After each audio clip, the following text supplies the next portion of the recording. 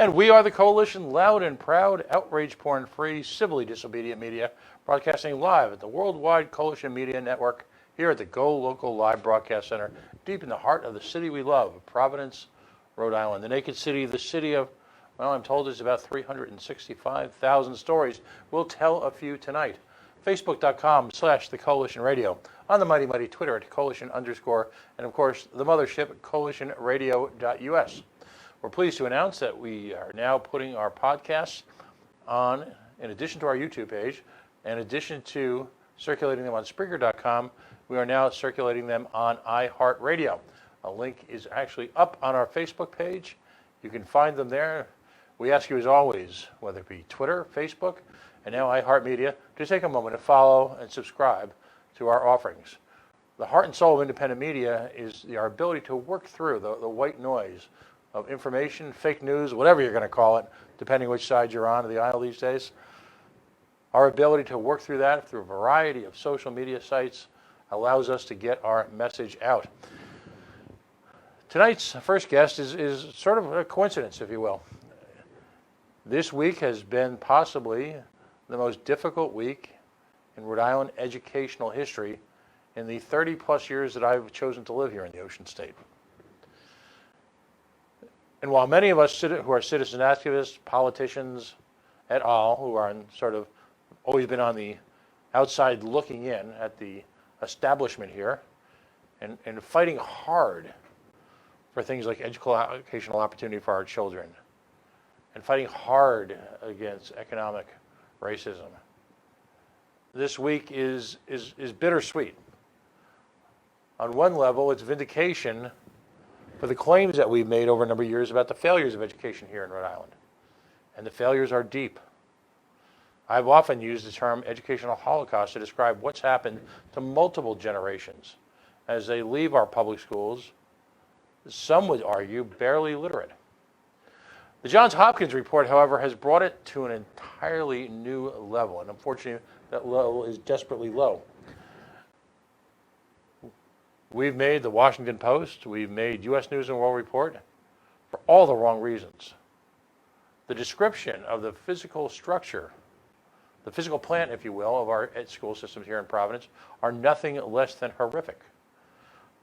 I don't usually resort to the rhetoric of calling things third world, but based on the pictures and analysis of the Johns Hopkins University School of Education, it would be an insult to some of the folks who work so very hard in the less developed regions of this world.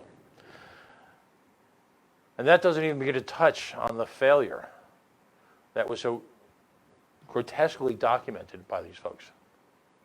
For once, no one is attempting to dispute them. The findings are third party. The findings are real and adequately documented. The findings speak for themselves. So in the run-up to this week, I had the opportunity, I was reached out to by folks from an organization called the Association of American Education and the AAE Foundation. Because this week also happens to be what some wags on the internet are calling the Janiversary. Yes, there is a hashtag trending called the Janiversary. And of course, we're referring to the federal case, Janus, which redefined the relationship between schools, government employees, educators, unions, and their employees. So in a real sense, you do have that quote-unquote perfect storm here in Providence. Because as part of the solution to the desperate condition of our schools, we are going to have to redefine our relationships between all of them. The head of the Providence Teachers Union, which is a division of the American Federation of Teachers, not NEARI, but AFT, expressed shock and anger at the conditions this week, which is startling at two levels. Number one, the fact that she would actually employ such rhetoric, and at the same time, as someone who, entire universe, if you will, surrounds teachers working in these school systems in these conditions that were so grotesquely documented, one has to always question what was worse. Did she not know? Or did she not know, or did she know and simply chose not to divulge? It's really astonishing. But joining me tonight to observe the Janiversary, and I'm going to try and get him to lend an ear to the situation here in La Prave briefly, is Colin Sharkey. Colin Sharkey is Executive Director of the Association of American Educators and the AAE Foundation. He's been involved not only here as an Executive Vice President and then moving up to Executive Director, he has also been involved with the Heritage Foundation. He has been involved in essentially a breathtaking array of educational projects. He works not only with the National Director of National Employee Freedom Week as that, he's also been interviewed across the talking head universe. Fox News, Fox Business Network, as well as numerous local and syndicated news programs. Colin, thank you for taking time on a Friday night to join us. Welcome to the Coalition. Thank you, Pat. Thank you so much for having me. It's a really important topic. Right, it is, and you know, we're going to primarily focus on your organization and the results of surveys and analysis that you've been doing post-Janus. But at the end, I just want to briefly touch and make the connection, an important one, between the goodwill, the work environment, the positivity of a teaching staff, and how fundamental that is to a challenging school district. But first of all, if you could give us a little bit of background and history, tell us about the American Educator Association. Sure, thanks, Pat. So as you noted, I'm the Executive Director of AAE. AAE has been around for about 25 years. We serve teachers, administrators, and education staff all throughout the country. We have members in all 50 states.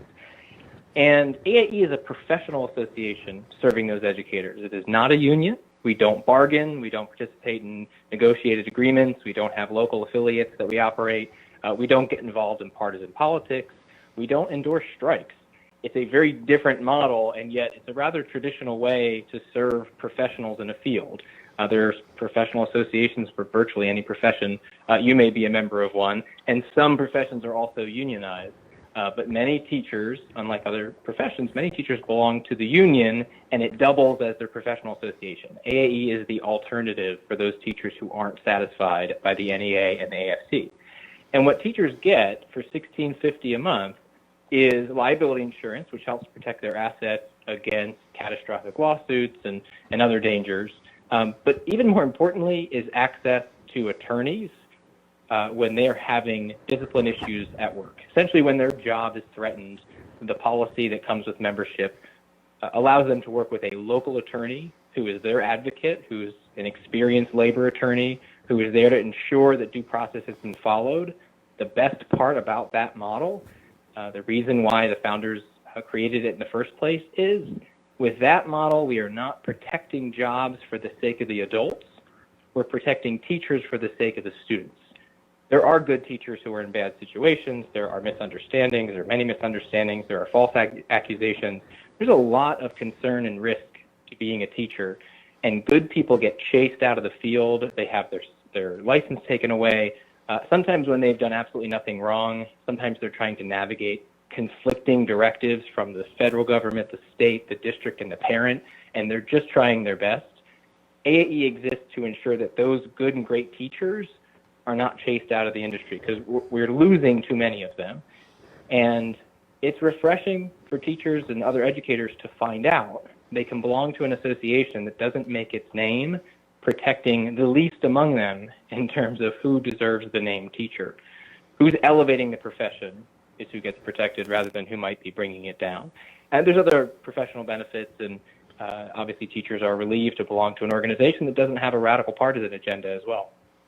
What is roughly the split in your membership between teachers who teach in the private school world, the parochial school world, if you will, and in public schools? The vast majority of our members are public district members. So traditional school teachers, many of them are in districts where there is either no collective bargaining or there is a negotiated agreement, which of course they're still beholden to regardless of their membership status in the union. And some of them don't want to be a part of that negotiated agreement. And then we do have a number of teachers in schools that aren't public district or public charter. But yeah, the bulk of our membership are public district teachers. Traditional teachers who, may have belonged to the union at one point and decided this just not what they're looking for their students, for their profession, for themselves, for their career, their values, their budget. and they now have an alternative. Teachers can always join and leave at any time, and they can learn more at aaeteachers.org. So in a very real sense, they can augment their union experience, assuming that union experience is positive, or supplement it, if you will, in the cases where they may be frustrated because of the overt political leanings and the failure of that union to really give them the type of job support necessary. You know, it's interesting in the wake of all the reporting, and you'll forgive me if I kind of reference this a few times because this is so dramatic and such, has been such a bomb dropped onto the community here. There's all sorts of new techniques that are being employed and tried out, if you will, in school districts that have to do with reactions to behavioral problems. And one of the most compelling parts of the Hopkins report and subsequent reporting is that you've got a union in place who has done nothing to provide Providence City school teachers with any of these new techniques or any sort of in-house training to that. You know, in a very real sense, it strikes me that they are taking the money. They're very, very active politically, as you can imagine, in a northeastern liberal city like Providence, and you know, where government has a very heavy hand. And yet, at the same time, some of the most modern techniques that can be employed in conflict resolution seem to be strangely absent. Yeah.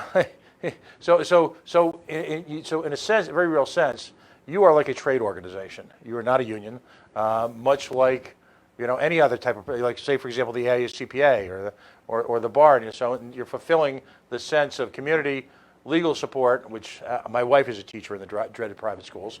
I say that with love. And at the same time, are you providing ongoing educational support or training like that, or what are some of the other missions? We do, yes. So AAE was really founded as a traditional professional association, which means how do we meet the professional needs of educators? And one of the key ones, of course, is how to navigate the labyrinth of regulations and obligations with very limited time, with tremendous demands on them. Right. And one of the simplest things is to curate professional resources so that teachers can find exactly what they need quickly. Ideally, it's inexpensive or it's subsidized or they can get a grant to cover it. We have our newsletters and emails that keep them aware of what's going on at the national level, both policy as well as trends in education. And then where our chapters have grown large enough where it makes sense, we've started hosting leadership events, advocacy training, and conferences so that teachers can get together with other educators like them, educators who show up every single day with the students as the number one focus. Mm-hmm. They want to network, they want to work together, they want to figure out how to solve problems, and AAE wants them to be a louder voice in education. You hear plenty from the union leadership. Sometimes that doesn't even represent the average union member, and there's great examples of when that has happened. And then there's the teacher who isn't actually represented by anybody in the union organization, and their voice is lost, and whether it's concern for the condition of the schools, as the report showed, and there's lots of cities across the country that could have a report just like that come out, or just a response to the new directive from the new department saying you must do this, you can't do this. AAE has been trying to empower those educators who are committed to the students, number one, and to professionalism, to take a bigger role in improving and reforming the education system. Right. In the wake of the ever-growing power of the Federal Department of Education, it appears to me that you also have in that wake the growing, what I'll refer to with a slightly sardonic smile, is the growth of what I call the educational government industrial complex. And I think that no better example, at least here locally, is that Resonate was in what we lovingly refer to as the race to the bottom money. When the race to the bottom top money was issued, there was all, you know, enormous amounts of money depending on the school district, and Providence and Rhode Island benefited mightily. Tens of millions of dollars were dropped into the school system. You would be hard pressed to find someone who has any adequate accounting for any connection to the classroom, because teachers continue to lose influence in these big public school systems to, quite frankly, for lack of a better term, the consultant class. And you know, we're also losing teachers to the consultant class because it's a breathtakingly easier way to make a living without any of the demands of the classroom. And it's fair to say, and this is obviously, I'm painting with a broad brush here, that the consulting class can generalize, can prescribe, but is not responsible for implementation and or success and or even tracking results. It's just seems to be this wide open scrum for federal and state money to talk about education and do little of it. What's your thought on that concept that the teachers are getting squeezed out in terms of their influence? It's true that they are, and even more importantly, they feel that they are, and it's having other consequences because, of course, those who could be positive forces in education can go somewhere else. In fact, they can go into that consulting class, but they can go do something else if they feel like they aren't actually being valued and utilized in that role. And it's demoralizing to watch either bad ideas or more likely poorly implemented ideas or imperfect ideas and have no say, have no engagement, be blamed for the consequences, potentially have financial, even criminal risk for trying to actually enact these policies. It's complicated. AAE is a believer in local control. Good policy comes when the decision maker is closest to the person experiencing the consequences of that policy. Ideally, it's the same person, that's self-government, but obviously there's times when the government has a role to play, and the closer the decision maker is to the people who are going to be experiencing the consequences, the better. So the parents and the educators in that school having as much control as possible to be responsible for those students helps address some of that. I do think there is a healthy role for the consulting class, we'll call it, but essentially the reformers and the advocates who are outside of the schools, many of them used to be in the schools, to develop and persuade schools to embrace these ideas. I mean, that's where a lot of these ideas came from in the first place, was a school that tried it, it worked, they tried it somewhere else, and now they're expanding it. But as soon as you turn that into a directive or you tie money to it, which is about the same thing when it comes to government, you get a resistance, you get misunderstanding, you get a lot less emphasis on buy-in, you get a lot less energy dedicated to communicating the purpose rather than just the tasks. And surprise, surprise, it doesn't actually get the results the study said it would, because most of the people responsible for implementing it didn't understand what they were doing in the first place, didn't appreciate how they were being talked to, and were being treated as a implementer and rather than an expert in their field. Mm-hmm. AAE would love to see more teachers shake off the I'm just a teacher attitude that too many educators have and insist on being able to have more control over the classroom, over their school, because they will ultimately have to answer to the students and the families that school serves. Whatever type of school it is, that should ultimately be the boss of what's going on, and the educators who are committed to students would agree that that's what you want to see happen. Educators are partners in that process, not the bottom man on the totem pole or man or woman on the totem pole just signing off directives from Washington, or even the state capitol sometimes seems quite far away. Is this a nationwide problem? I mean, here in the Northeast, we tend to navel gaze quite a bit. We do think we are the center of the universe, much to the chagrin of folks who are actually work in the heartland and are productive. The ruling class here, at least in their minds, is alive and well. Are you facing the same challenges in urban and rural school districts across the country? I mean, there's different challenges depending on the community and where they are and how much funding is available, et cetera. I mean, I will say, since we were generalizing, the vast majority of people I've interacted with in education are in it for the right reasons, are well-intentioned, care about the students that, they're not their children they're raising at home, and yet they still think and talk about them as though they're their own children. That doesn't mean everything they ever do is right, or they're not capable of making mistakes, or they don't need additional guidance, but there are lots of very good people in education in all school types. Some of them have allowed others to either resist change or change that's not helpful to the kids. And unfortunately, I think they leave the field rather than figure out a way to help address it. It's a lot easier to march in line with a catchy phrase than to really sit down and persuade people there's a better way to do things. The local communities, and I guess we may see some of this coming out of the Janus decision, in fact, or the impact of the Janus decision. There are local unions throughout the country, especially rural unions who are kind of disconnected from the state and national affiliates, who appear frustrated with the role they've had and the combative nature of unionism in the schools, and they seem to be intriguingly seem to be interested in shifting to being a partner. And one of the ways they're doing this is they are breaking away from the state and national unions.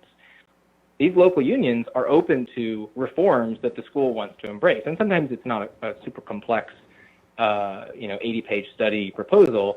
It's as simple as, how about we shift how we're compensating the newest employees coming in to make sure we hire enough staff for our students? State and national unions may not like that policy, and the local union thinks, but this is what our kids need. This is what our community needs. This is what our members want. And they're bristling under the state and national control. So there's a parallel in the union system to what you're mentioning in government about being directed from people outside who don't know the kids, and not being able to solve problems from within that community. No, and that's heartening to hear because, if you're a sports fan, you always hear about the hometown hero case locally. Of course, it's a gentleman named Thomas Brady, who has been willing to, despite arguably a Hall of Fame career, always been willing to take the hometown discount in order to get the team the championship. I've always had the sense in smaller and even medium and larger sized communities where that spirit hasn't been broken, where teachers, and again, I'm married to a woman who's been a very successful teacher for in excess of 35 years. Teachers are generally driven by a sense of purpose. They don't enter the profession, most of them, with the notion that somehow one day they're going to be wealthy. It's they were born to teach, and really they're looking for the lifestyle component, the rewards, success are an important part of their day-to-day existence, and the lack of that and the unending drumbeat of failure, in my personal experience from what I've seen with friends who are teachers, comrades of my wife, is inevitably the single biggest factor in shortening careers, the single biggest factor in the quote-unquote burnout, the single biggest factor then ultimately in poor results with the students because of all of the above. So that's heartening to hear. Folks, if you're just joining us, Colin Sharkey is joining us. He is the Executive Director of the Association of American Educators and also the AAE Foundation. It is a trade organization, not a conventional union, a trade organization, a professional organization geared at private, public, parochial school teachers nationwide to give them a continuing education, legal support. Really, I'll compare it somewhat to any one of the professional organizations that is involved in engineering, accounting, finance, very less so political, very much so focused on good practices, best practices, and advancing the actual role and support of the teaching profession. Of course, you come to us this week, we alluded to it in the run-up to your appearance, as in reaction to the Janusversary. Which, of course, is a celebration of the Janus decision. Now, every time I have someone come on and talk about the Janus decision, I almost feel like, and again, I'm not one of these who plays into bias issues and things like that, but clearly the Janus decision is not something that's on the tip of everyone's discussion, and there are forces in our political universe who are not really encouraging the conversation. And some of the work you've done that we're going to talk about tonight clearly supports that theory. So if you can, give us a really quick snapshot, if you will, of what the Janus decision means to union employees and maybe even potentially professional association and government employees. What does it mean to them? What happened here?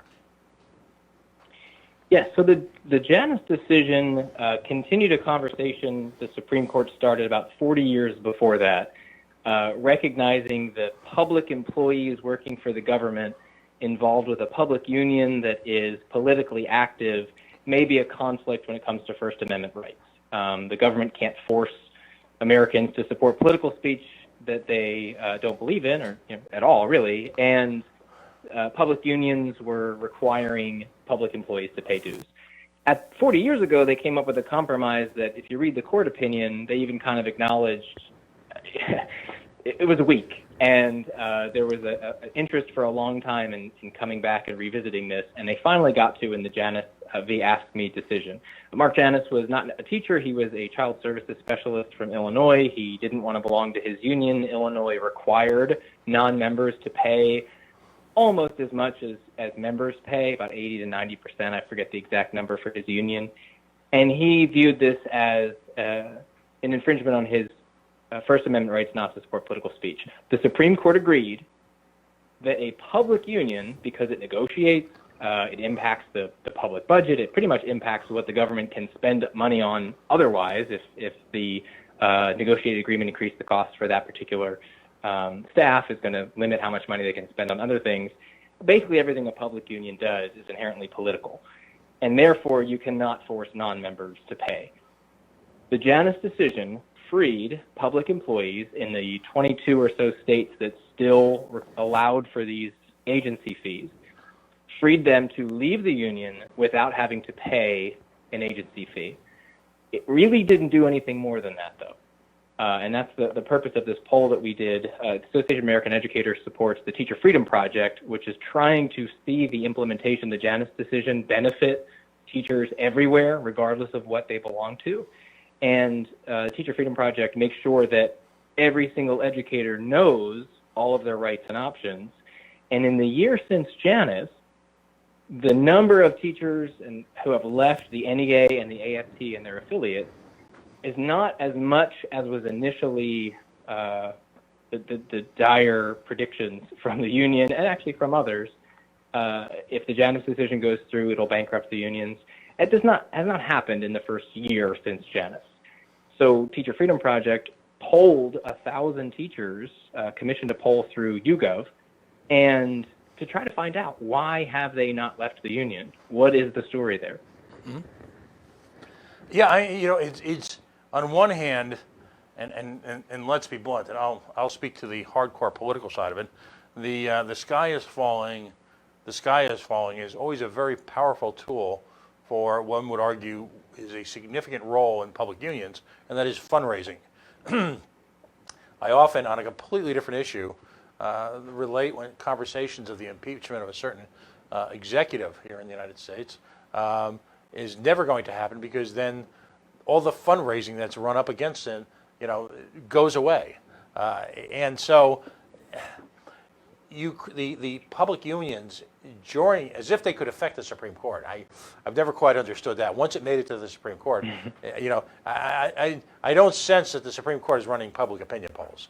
Could be wrong, but they portrayed this as a sky is falling situation. Literally, this was going to be the entire purpose of this bill was a contrived plot by Koch brothers money to bust unions. Am I exaggerating? Wasn't that the kind of the narrative at the time? Oh, that's right. It was viewed as the attack on workers to give them this choice.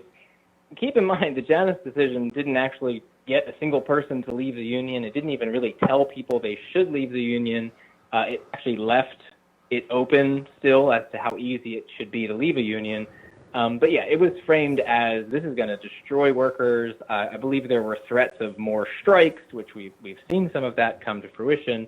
And it's possible it was in an effort to sway the court, or at least make it easier for the defenders of the Abood precedent that Janus challenged to argue that it needs to stay. But they did change their budget. They did actually budget to lose a certain number of members. Mm-hmm. And as you can imagine, whether they meant that or not, any organization that's measured by its membership is going to come out and say, it's not as bad, which is great news, and we did a wonderful job, and that must mean that teachers love unions, and therefore we deserve more power and influence as a result. And when we did this poll, that's not what we found out. No, I mean, the numbers are stunning. Arguably at the time, and it was a daily part of the news cycle when it passed. It was integrated into the political message primarily of the Democratic Party, because they ostensibly stood the most to lose when it passed. You had the proverbial talking points email going out to the biggest players on the planet. I'm talking senators, congressmen, the executive branch, as it were. And so what do you, I mean, let's look at some of the numbers. Nearly 1 in 3 teachers falsely believes that if they are not a member of the union, the negotiated agreement does not apply to them. And more than 1 in 6 teachers falsely believes they will lose their health insurance benefits negotiated by the union if they are not a member of the union. Nearly 1/4 of teachers falsely believe that they will lose their tenure protection if they are not a union member. Yikes! Is this a function of a misinformation campaign, or is this more of a news blackout and the inability, or I should say not inability, for lack of a better term, the unavailability of a mechanism to teach union members what their rights are?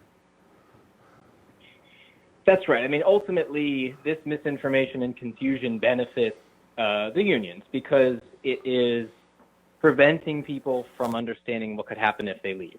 We'll back up just really fast on the poll. The biggest number, the first number, was more than half of teachers do not know, the Janus decision gives them this right. They don't know they have the right to leave the union without financial penalty. And the reason that number is so especially ridiculous is half the country had that right before the Janus decision. So at some point, some percentage of those teachers didn't even realize they had the right prior to Janus. They still don't understand it. So half the teachers don't know they can do this. They can leave the union without financial penalty. 22% of teachers, only 22% of teachers, have reevaluated union membership in the past year. The union in covering their membership numbers, the lack of a loss, I guess, is kind of what they're covering. If the loss didn't happen or it wasn't as big as was predicted. The implication is teachers heard about Janus, thought it over, and re-upped with their union. But in reality, 22% of teachers even reconsidered or re-evaluated union membership at all. The rest just went along the way they had the year before Janus because nothing had changed for them. They weren't told, at least clearly so that they heard it, that they have the right to leave and take their money with them. If they're frustrated with what the union is doing or not doing, and perhaps in the case of the Providence School District, they can leave the union or they can demand changes, or they'll take their money with them. And clearly a bunch of them don't know this. And then you got into the misconceptions. I think this is probably the biggest challenge to overcome because, as you noted, misinformation goes a long way. These are big consequences. If a teacher isn't sure he or she can leave the union and not suffer one of these consequences, who would leave the union? Who would give up their health insurance to save maybe $800-900 in union dues and potentially introduce a lot of grief into their life for having left the union? Right. It's not true, of course, but 46% of teachers believed one of 5 major consequences would happen to somebody for leaving the union, including their health insurance, pay raises, tenure, seniority, and the negotiated agreement. And we're talking about, and I can't stress this enough, again, married to a teacher, we're both middle-aged. These are dire lifestyle consequences. They would have been dire consequences 20 years ago. The notion these days in an environment where every year major city educational systems literally pink slip a significant portion of their faculty just as a matter of course, to the point where a number of that faculty doesn't even seem fazed by it anymore. In an environment where healthcare, if you have to go COBRA on your healthcare, and you're used to one of these teaching plans, yikes!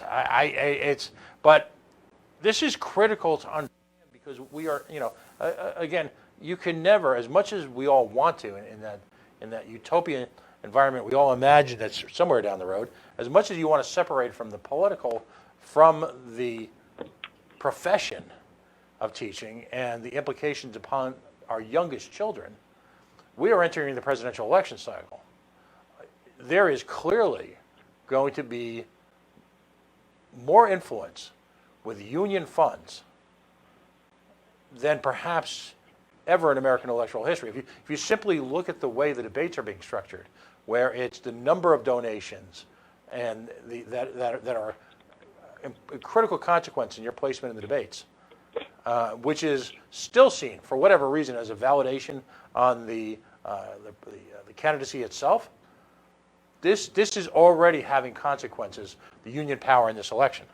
And you've got, what measures are there of studies, for example, in particular to the teaching profession, of satisfaction versus dissatisfaction with the unions in general? Has studies been done post-Janus?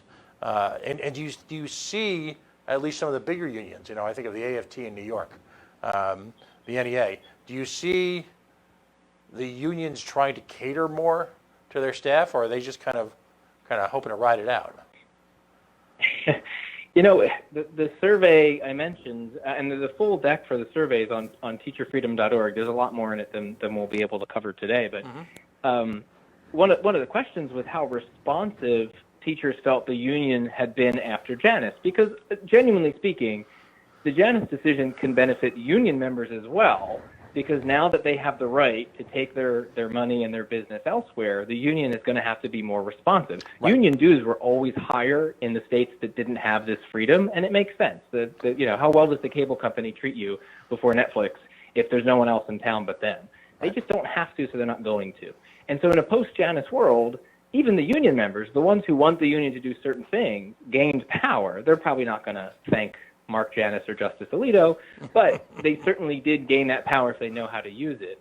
And I'd have to look up exactly what the numbers are. I can get them to you. It was in the neighborhood of 80 to 90%, saw no difference whatsoever in the union. Some actually thought they were less responsive. It really undercuts an implication that may come out, and we'll see when the union's Houston meeting, their annual meeting ends, if they have a membership number and they attribute it to their strikes or their political activity, or I think they've redoubled their efforts to reach out to members. Right. The survey data in Teacher Freedom doesn't align to that at all. For the most part, teachers have stayed in the union because they didn't realize they could leave when they know they can leave. They're very confused about what happens, and there's a lot of misinformation encouraging them to stay in. And then, of course, even if they decide to proceed, or they do actually know that they can opt out, and they don't suffer those consequences, it's still really hard to do. The Teacher Freedom website, one of the primary functions of when it first was created, was just to help people navigate the process of opting out, not to mention addressing these other concerns we have about awareness and misunderstanding. But what form do you turn it in, and what is it supposed to say, and where does it go, and what day do you have to get it in?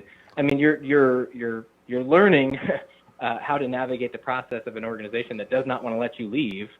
And it attributes, we think you could attribute a lot of the lack of loss of members to people who just couldn't figure out how to find the 5-day window or the 10-day window. Right. Or when they did, the person they handed the form to said, no, this is the wrong office, you got to take it to the other office.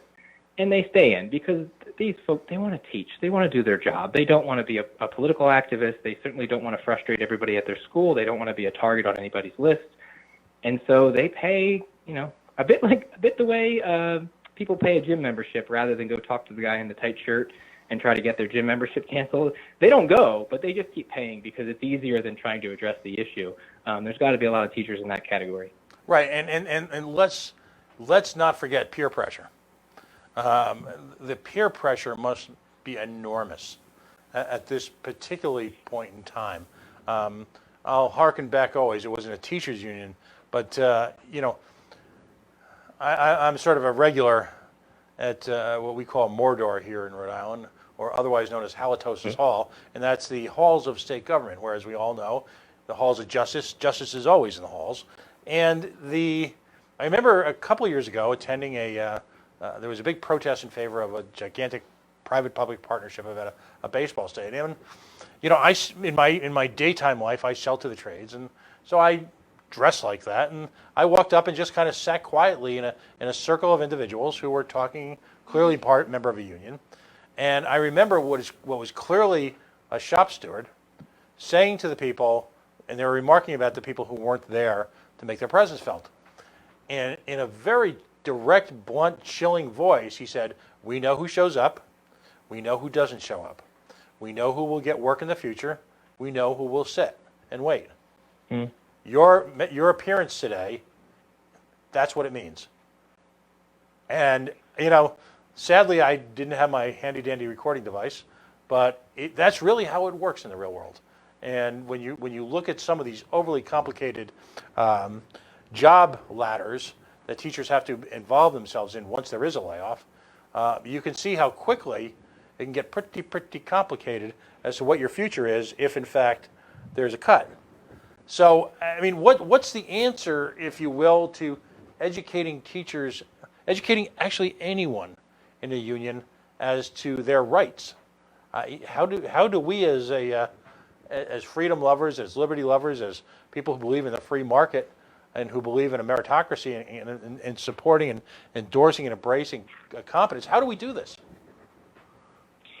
Well, fortunately, there are allies. There are friends of the public employee who wants to make sure, regardless of what they choose, which association they choose, whether they stay with the union, they know they have the power that the Janus decision and other laws have given them. I mentioned the Teacher Freedom Project, teacherfreedom.org. It serves educators in all 50 states. There's a lot of information on that site that can be shared easily. There's a Facebook and Twitter community as well. And the data from the poll is on there, as well as a couple really interesting poll data points from a previous survey regarding teachers who want to negotiate their own contract or want a 401k instead of a pension. A lot of these unheard voices in education.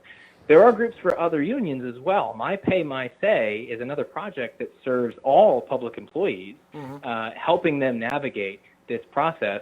National Right to Work, Legal Defense Foundation. There's a number of great groups out there who want to make sure that public employees are armed with all of their rights and options. And then they decide for themselves, hey, this union's serving me well, or they're suddenly listening to me now that I have my resignation form in hand. And they've said, wait, we'll take you up on we should be doing less on the national politics and more on the crumbling school, or whatever the situation may be. And folks like you and I can help by sharing that information with as many of these public employees. And most importantly, and this is critical to the Teacher Freedom Project and how AAE does business, respecting the public employee gets to make the decision that best serves them. They know what's right for their values, their conscience, their budget, their family, their career goals. We want to at least show them their options. The unions have been thriving on a lot of inflated power because the employees do not know all of their rights and options. So it is very likely that members will leave the union when they find out. Our poll estimates about 28% of the people who reevaluated membership decided they were more inclined to leave. That's a big drop in membership if that's true. 28% is it's probably all that political spending money and then some right out of the coffers. But just letting them know and then respecting the fact that the public servant can decide for themselves rather than trying to tell them. That's kind of just doing what the union does. Tell them, I know better than you. I'm going to tell you what you need to do. We can respect what it is, share that information, empower them to make those choices. The unions, they reserve the right to better serve the community they're trying to serve and get those members back. I don't know if they're all possible of that, but some of these local unions are certainly starting to recognize, maybe find their roots is the right way to put it. Mm-hmm. They're remembering what they do this for every day, falling back in love with education. The teachers kind of want to focus on what they're there in the school every day to do, which is educate those kids and keep them safe. Because ultimately, the union movement in this country originated in a desire for safety and a desire to have someone represent people who would otherwise prefer to be more engaged in their career than in the day-to-day analysis of external events and factors that affected their career. And quite simply, they wanted someone to negotiate for them. And it's something I respect with unions, of course, is their desire to use economies of scale, a coordinated workforce, to seek a better life for their employees. You get back to those things, folks will see value in it. If you leave them with this thought that they might be raging supporters of our current president, and yet they see their money going to forces that are contradictory to that, or the reverse, quite frankly, and they have little or no say in that, then that's got to be disheartening, and that's got to be frustrating, and that's got to generate a lot of anger. And I don't know how we got so far afield where, quite frankly, unions are able to engage in the free activity of donating to campaigns, and somehow that's okay. But corporations and economic interests are largely prohibited through, and if they do so, they have to engage in all sorts of hoops legally in order to support their interests. The fundamental unfairness of that, I find grotesque. And yet, so the forces that drive our economy are not able to collectivize, are not able to organize to represent their interests. It's fundamentally wrong.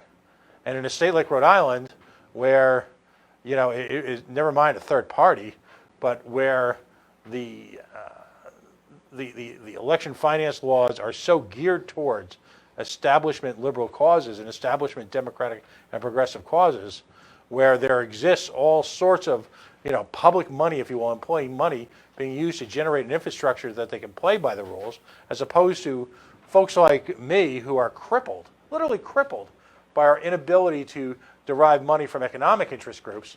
This is why we have this horrific imbalance, and the net effect is staggering. We have a pension crisis, a municipal pension crisis in this country, because there is so little blowback against this insatiable desire by liberal and democratic leaders to constantly finance excessive pensions, free health care at the expense of the electorate. We don't have a voice. How can we? How can we compete with all this money that's generated by labor unions?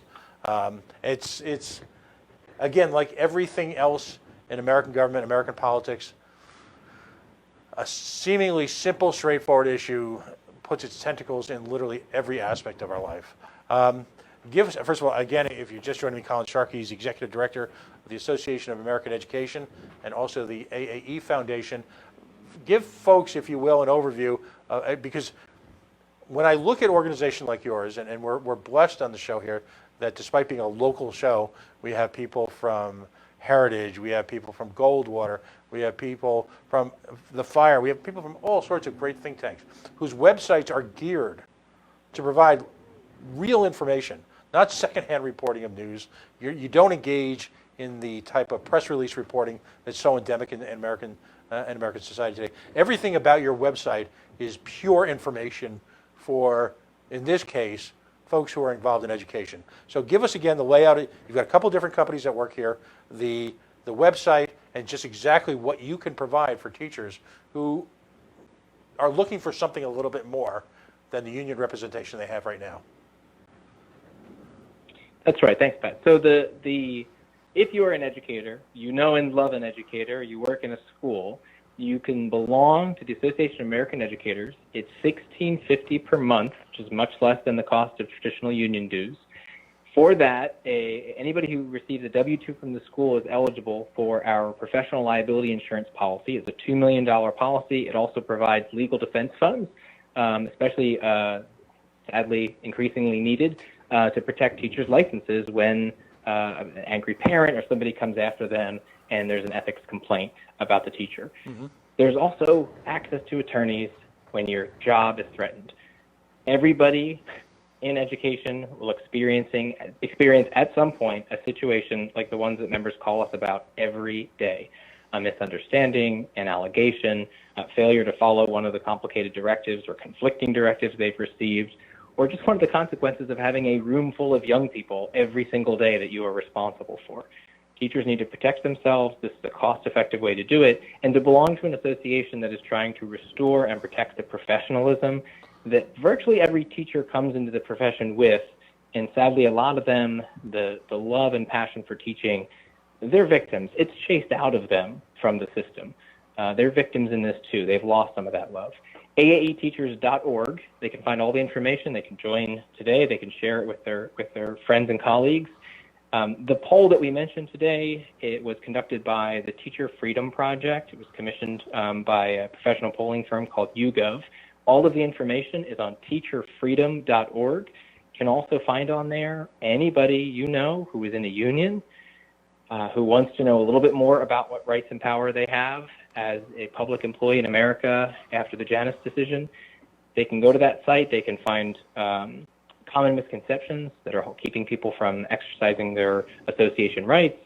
They can fill out a letter if they are actually ready to leave their union, and they'll figure out how to exit their union. And they can share with their colleagues why it may be that they're even reconsidering union membership. Sometimes it's valuable to just reevaluate whether or not it's actually serving them. And as our poll showed, very few teachers have done this, and that's dangerous because that means that the national unions can operate without worrying about what the average, regular, normal, beloved teacher thinks. Because if there's not any fear of losing that member and their money, someone is off gallivanting in Washington and spending it how they think America should be going. And the poll, you'll see the slides on the website, there's a lot of reasons to think the average union member, as well as the average teacher, is not happy about how the union is prioritizing politics. Well, it's fabulous work. It's an outstanding website. Actually, as you mentioned, it's a resource for everyone, not just folks involved in the educational community, because information like this, that's well curated, it's accessible, it's articulate, it's to the point at hand, is a critical part of our lives now in an increasingly complicated world. So my hat's off to you. I'm thrilled that you reached out to us, and we certainly appreciate you taking time on a Friday evening. I hope if your travels find you up here in southern New England at any time soon, you'll let us know. We'd love to organize a presentation and invite our union brethren to join us, perhaps for a cup of coffee, a glass of cheer, if you will, to celebrate the knowledge that the web, and in particular, the Association of American Education, can bring you. So I hope you'll take us up on that opportunity if you folks find yourself up here in New England. Thank you, Pat. I appreciate it very much. Well, again, folks, Colin Sharkey delivering a powerful message, made all the more timely by the crisis that we find ourselves here, not just in Providence, but in Bristol Warren, in Warwick. Education, our systems are crumbling. The delivery of critical education to our young people has never been more challenged at a time when young people find and face more challenges, really, literally from around the world. We're going to take a quick break now. Again, thank you, Colin. We are the Coalition, loud and proud. We are, as always, outrage-born-free, civilly disobedient media, broadcasting live at the Worldwide Coalition Media Network here at the Go Local Live Broadcast Center, deep in the heart of the city we love, Providence, Rhode Island. Facebook.com/The Coalition Radio, on the mighty Twitter at Coalition_radio, and of course, CoalitionRadio.us, the mothership. We'll be posting links to this broadcast up on iHeartRadio for your continued education, reanalysis, and please take a moment to follow us, but most importantly, take Colin's message and share it amongst your community. Folks, Tarnell Brown is going to be joining us in a few minutes. We're going to be talking about, well, the public education system. Is it time for us to, well, move on? Stay tuned. We'll be right back.